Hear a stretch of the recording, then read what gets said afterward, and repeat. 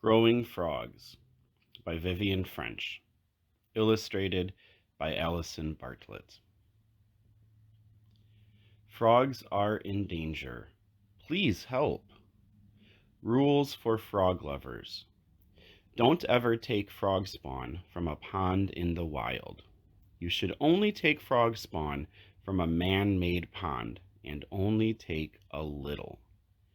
Always take your frogs back to the pond they came from. For Jane Slade, for Rebecca, with much love. This is the title page. Once, when I was little, my mom read me a story about a frog that grew bigger and bigger and bigger. Afterward, Mom asked me if I'd like to watch some real frogs growing. I know where there's a pond with lots of frogs' eggs in it, she said. We could bring some home. I was frightened. I don't want any frogs jumping around, getting bigger and bigger and bigger, I said. But Mom gave me a hug. It's only a story, she said. Even when our frogs are grown up, they'll still be smaller than my hand. Oh, I said. Okay.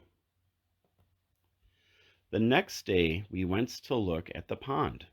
The water was dark brown, and there was gray jelly stuff floating on the top. Yuck, I said. There's the frog spawn, said Mom, and she pointed to the gray jelly stuff. I bet that was laid last Friday night. The frogs were croaking so loudly I couldn't get to sleep. Male frogs croak to attract female frogs for mating. Mating occurs when the male frog covers the female's eggs with his sperm. A tadpole will only grow if an egg joins with a sperm. This joining is called fertilization. You see the black dot in the middle of each jelly shell, said Mom. That's going to grow into a tadpole. Where are the frogs? I asked. Tadpoles grow into frogs, she said. Little ones. No giant frogs here. Mom put some pondweed and some stones into a bag. She filled a bucket with pond water. Then I scooped a little of the frog spawn into it.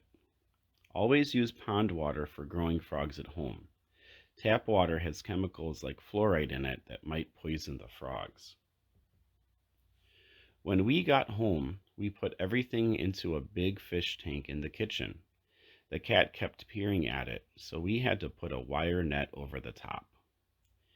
I counted 27 little black dots.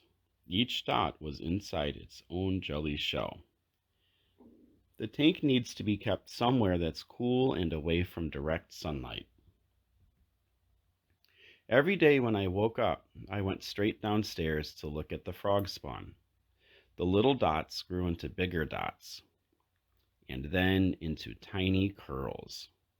In a tank, eggs hatch into tadpoles about 10 days after they are laid.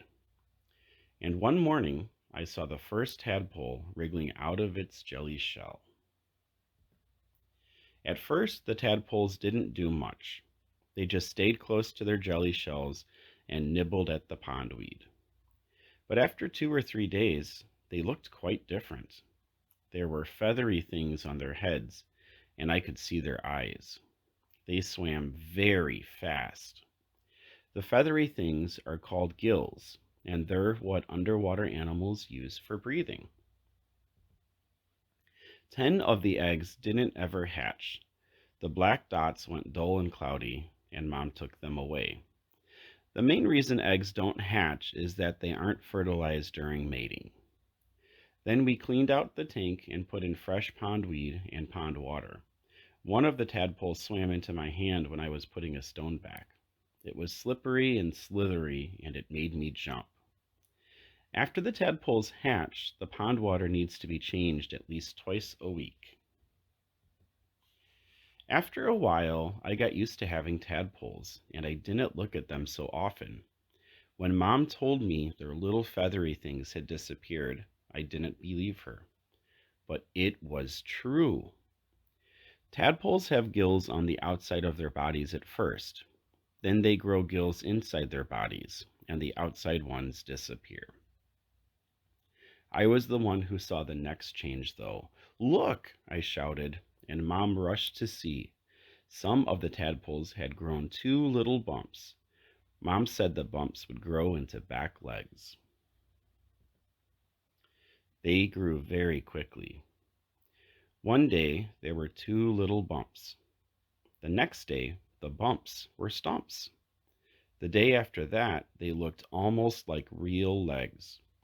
And when the feet unfolded, they were webbed like tiny brownish green fans.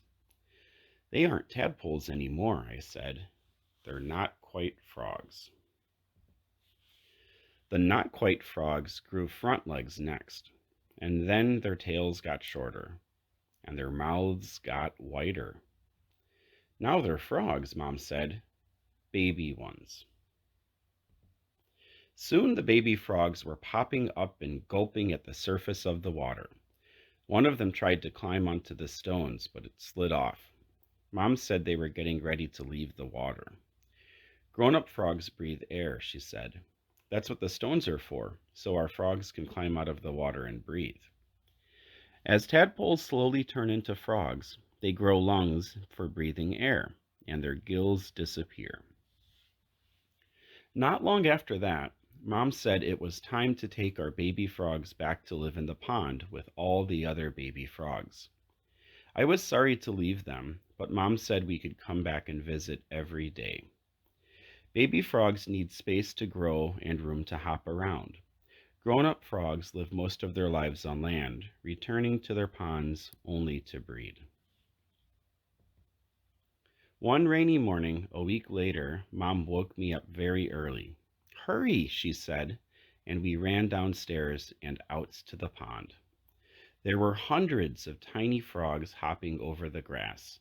They're looking for dark, wet places to live, Mom said, but they won't go far, and in a couple of years they'll be back to lay frog spawn of their own. Will they be bigger then? I asked. Just a little, said Mom. Good, I said.